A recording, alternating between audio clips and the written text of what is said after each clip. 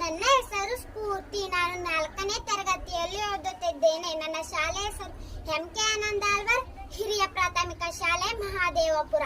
ನಾನು ಇಂದು ಕಥೆಯೊಂದನ್ನು ಹೇಳುತ್ತಿದ್ದೇನೆ. ನಮಸ್ತೆ.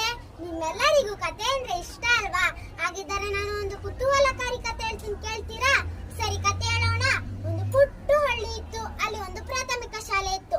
ಅದರಲ್ಲಿ ಶಂಕರಪ್ಪ ಎನ್ನುವ ಮೇಷ್ಟ್ರಿದ್ದರು. ಅವರು ತುಂಬಾ ಒಳ್ಳೆಯವರಾಗಿದ್ದರು. ಅವರು ತಮ್ಮ ಶಾಲೆಯ ಮಕ್ಕಳು ಆಟದಲ್ಲಿ ಪಾಠದಲ್ಲಿ ಎಲ್ಲದರಲ್ಲೂ ಮುಂದಿರಬೇಕು ಅಂತ ಆಸೆ. ಮಕ್ಕಳಿಗೂ ಕೂಡ ಅವರನ್ನು ಕಂಡರೆ ತುಂಬಾ ಇಷ್ಟ. ಆದರೆ ಅವರಿಗೆ ಒಬ್ಬ ಮಗ ಇದ್ದ. ಹೆಸರು ಮಂಜುನಾಥ. ಓದಿನ ಕಡೆ ಸ್ವಲ್ಪವೂ ಕೂಡ ಗಮನ ಹರಿಸ್ತಾ ಇರಲಿಲ್ಲ.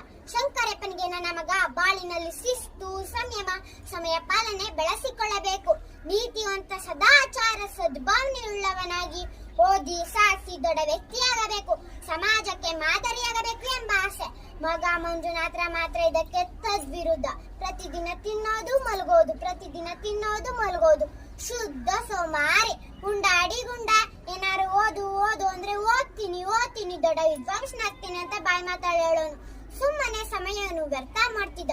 ಒಂದು ದಿನ ಊರವರೆಲ್ಲ, ಅಯ್ಯೋ, ಊರಿಗೆಲ್ಲ ಪಾಠ ಹೇಳ್ಕೊಡೋ ಮೇಷ್ಟ್ರು ಮಗನೇ ಶುದ್ಧ ಸೋಮಾರಿ ಅಂತ ಆಡಿಕೊಳ್ಳಕ್ಕೆ ಶುರು ಮಾಡಿದ್ರು.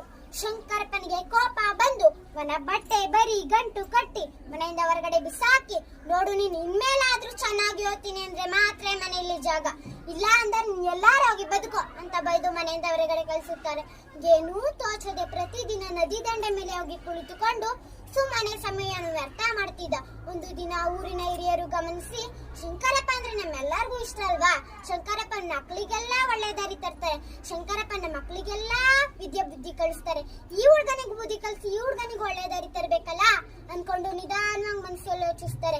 ನಿಧಾನವಾಗಿ ಅವ್ರ ಪಕ್ಕದಲ್ಲಿ ಹೋಗಿ ಕುಳಿತುಕೊಳ್ತಾರೆ. ನಿಧಾನವಾಗಿ ಅಲ್ಲೇ ಇದ್ದ ಮಣ್ಣನ್ನು ನಿಧಾನವಾಗಿ ನೀರಿಗಾಕ್ತಾರೆ, ನಿಧಾನವಾಗಿ ಎತ್ಕೊಳ್ತಾರೆ, ನಿಧಾನವಾಗಿ ನೀರಿಗಾಕ್ತಾರೆ, ನಿಧಾನವಾಗಿ ಎತ್ಕೊಳ್ತಾರೆ, ನಿಧಾನವಾಗಿ ನೀರಿಗಾಕ್ತಾರೆ. ಮಂಜುನಾಥ ಕುತೂಹಲದಿಂದ ನೋಡ್ತಾನೆ. ಇದೇನ್ ಸ್ವಾಮಿ, ಕೈಯಿಂದ ಮಣ್ಣನ್ನು ನೀರಿಗಾಕ್ತಿದ್ರಲ್ಲ, ಇದರಿಂದ ಏನ್ ಪ್ರಯೋಜನ ಅಂತ ಕೇಳ್ತಾನೆ. ನಾನು ಕೈಯಿಂದ ಮಣ್ಣನ್ನು ನೀರಿಗಾಕಿ ಒಂದು ದೊಡ್ಡ ಸೇತುವೆ ಕಟ್ಬೇಕು ಅನ್ಕೊಂಡಿದ್ದೀನಿ. ಊರಿನ ಜನರಿಗೆ ನದಿ ದಾಟಲು ಸಾಗಲ್ವಾ ಅಂತ ಹೇಳ್ತಾರೆ. ಏನು, ಕೈಯಿಂದ ಮಣ್ಣನ್ನು ನೀರಿಗಾಕಿ ಇದರಿಂದ ಏಕ್ ಸ್ವಾಮಿ ಸೇತುವೆ ಕಟ್ಟೋದು ಅಂತ ಕೇಳ್ತಾನೆ. ನೀನು ಓದದೆ ಬರೆಯದೆ ಏನೂ ಮಾಡದೆ ದೊಡ್ಡ ವಿದ್ವಾಂಸನಾಗ್ಬೇಕು ಅಂತ ಇದೆಯಲ್ಲ, ನಾನು ಕೈಯಿಂದ ಮಣ್ಣನ್ನು ನೀರಿಗಾಕಿ ಒಂದು ದೊಡ್ಡ ಸೇತುವೆ ಕಟ್ಟಲಾಗಲ್ವಾ ಅಂತ ಹೇಳ್ತಾರೆ. ಮಂಜುನಾಥನಿಗೆ ತನ್ನ ತಪ್ಪಿನ ಅರಿವಾಗುತ್ತದೆ.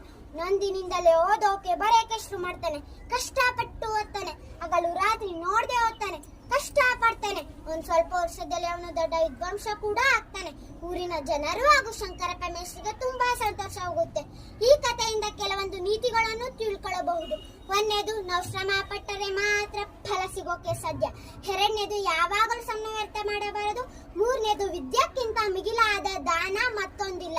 ಉಪಕಾರಕ್ಕೆ ಪ್ರತ್ಯುಪಕಾರ ಒಂದಲ್ಲ ಒಂದು ರೀತಿ ದೊರೆಯುತ್ತದೆ. ನನ್ನ ತಂದೆ ತಾಯಿ ಹಾಗೂ ಗುರು ಹಿರಿಯರಿಗೆ ಗೌರವ ಕೊಡಬೇಕು. ಅವರು ನಮ್ಮ ಒಳ್ಳೆಯದನ್ನೇ ಬಯಸುತ್ತಾರೆ. ಅದಕ್ಕಾಗಿ ಅವರ ಮಾರ್ಗದರ್ಶನದಲ್ಲಿ ಬಾಳಬೇಕು. ಧನ್ಯವಾದಗಳು.